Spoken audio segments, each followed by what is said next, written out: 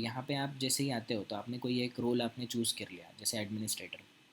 अब यहाँ पे उन्होंने दिया कि कितने टाइप के सर्टिफिकेशंस है। सबसे बेसिक है ADM 201, तो इसका एक कोड है ADM 201 या एडमिनिस्ट्रेटर ऐसा कहा जाता है इसको। अब इन्होंने दिया है कि एकदम अच्छे से कि देखो भाई ये जो पूरा चैप्टर्स है 44 आवर्स के, ये आप कंप्लीट कर लो और फिर आप एग्ज़ाम के लिए अपियर हो, है ना। और यहाँ पे दिया है कि स्टडी गाइड क्या क्या पूछ सकते हैं वगैरह सब। तो यहाँ पे ये है एक एक करके उन्होंने दी है चैप्टर्स। तो आप एक एक चैप्टर जाके कंप्लीट कर सकते हो। कोई एक ट्रेल में खोल के आपको दिखाता हूँ कि किस टाइप का फॉर्मेट रहता है। तो जैसे मान लो ये एक चैप्टर है तो इसमें उन्होंने दिया होगा ये, इसमें के सब टॉपिक्स है ये। तो जैसे पहला सब टॉपिक ये है तो आपने पढ़ना यहाँ से चालू किया मान लो, है ना। और उन्होंने कुछ स्टेप्स आपको बताए कि आप ऐसा करो वैसा करो, और ये सब आपने आपके खुद के एक ट्रेल हेड ऑर्ग में बनाए। तो ये ट्रेल हेड प्लेग्राउंड क्या रहता है, तो जैसे अगर आप इसमें लॉगिन करो तो आपको आपका ट्रेल हेड प्लेग्राउंड मिलेगा। तो मैं एक बार इसको लॉगिन कर लेता हूँ।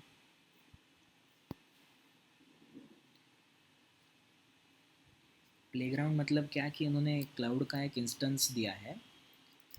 तो बस आपके लिए है वो इंस्टेंस, प्राइवेट आपके लिए। तो आपको जो भी चाहिए आप वहाँ पे कुछ मतलब बना सकते हो, सीख सकते हो, कुछ कोड कर सकते हो। सबसे पहले आपके लिए इम्पोर्टेंट है कि आप पहले ट्रेलहेड में एक अकाउंट बना लो खुद के लिए, और बाद में आप पूरा ट्रेलहेड्स यहाँ से पढ़ना चालू करो। तो जैसे मान लो आपने ये पढ़ लिया पूरा, तो यहाँ पे ये स्टेप्स बताते हैं कि आपको कैसे इस चैलेंज को पास करना है।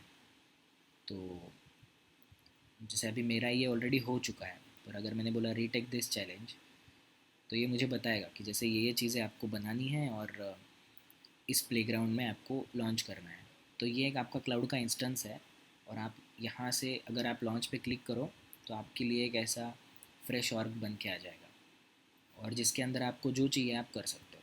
ठीक है, ये तो हुआ इसके बारे में, ट्रेलेट के बारे में। तो ये तो आप डेफिनेटली करोगे ही। अगर आपको सीखना है तो ट्रेलेट के पाथ से जाओगे एक एक करके। ठीक है, तो अभी हम देखेंगे कि मैं पहले आपको कुछ बेसिक चीज़ें बताता हूँ जो हर एक को डाउट रहता है कि भाई ये है क्या, है ना।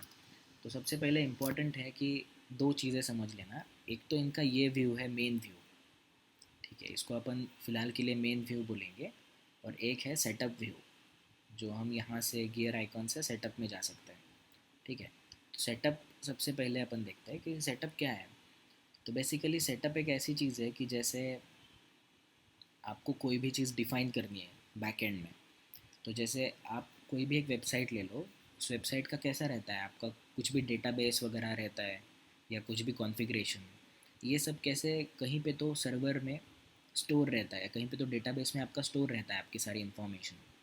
ठीक है, और वो जो भी कॉन्फ़िगरेशन रहता है वो एक टेबल फॉर्मेट में रहता है। जैसे कि मान लो आपको कोई एम्प्लॉयज़ की लिस्ट है आपके पास डेटाबेस में। तो जैसे आप क्या क्या एम्प्लॉय से एक्सपेक्ट कर रहे हो, तो जैसे आप एम्प्लॉय से एक्सपेक्ट कर रहे हो, मान लो उसका नाम, उसका फ़ोन नंबर, उसका एड्रेस, पहले वो कहाँ पे काम करता था, और ऐसे ही कुछ चार पांच चीज़ें। तो वो हो गई आपके टेबल की कॉलम्स, कॉलम के हेडर्स मान लो। और रोज़ में क्या आएंगे, तो नंबर ऑफ़ एम्प्लॉय जो भी, जैसे जो भी कोई नया ज्वाइन किया हमारे ऑर्गेनाइजेशन, तो हम उसको एक एक करके उसका रिकॉर्ड भरते जाएंगे, तो वो टेबल में एज अ रो इंसर्ट होगा। तो ये एक बेसिक नॉलेज रहता है कि जैसे कोई भी रिकॉर्ड आप स्टोर कैसे करते हो, जैसे आप एक्सेल शीट में भी स्टोर करते हो, राइट। हेडर आप पहले ही डिफाइन कर लेते हो टेबल का, एक रिकॉर्ड आप इंसर्ट करते रहते हो। तो इसी सेम फैशन में ये जो सारी बैकग्राउंड की चीज़ें हैं जो हमें हैंडल करनी रहती है, वो सारी होती है सेटअप से। और ये जो मेन व्यू है, फ्रंट व्यू, ये मोस्टली रहता है एम्प्लॉयज़ के लिए जो मेनली उस पर काम करेंगे। मतलब मान लो कि आप जैसे हमें कोई एक प्लेटफॉर्म बनाना है जिसमें टीचर, पूरा एक स्कूल का मैनेजमेंट है, स्टूडेंट्स लोग असाइनमेंट सबमिट कर रहे हैं, टीचर्स लोग वहाँ पे बस उनकी असाइनमेंट्स को मार्क्स दे रहे हैं, राइट। और दैट्स इट। और जो आपका एचओडी है या प्रिंसिपल है, ये सारा ट्रैक कर रहा है कि भाई सब सही से हो रहा है कि नहीं टाइम टू टाइम। पर अपने को ये सब डिज़ाइन करना है, तो हमारे लिए सबसे इम्पोर्टेंट क्या रहेगा, सेटअप, जहाँ से हम लोग सारी चीज़ें कॉन्फ़िगर करेंगे।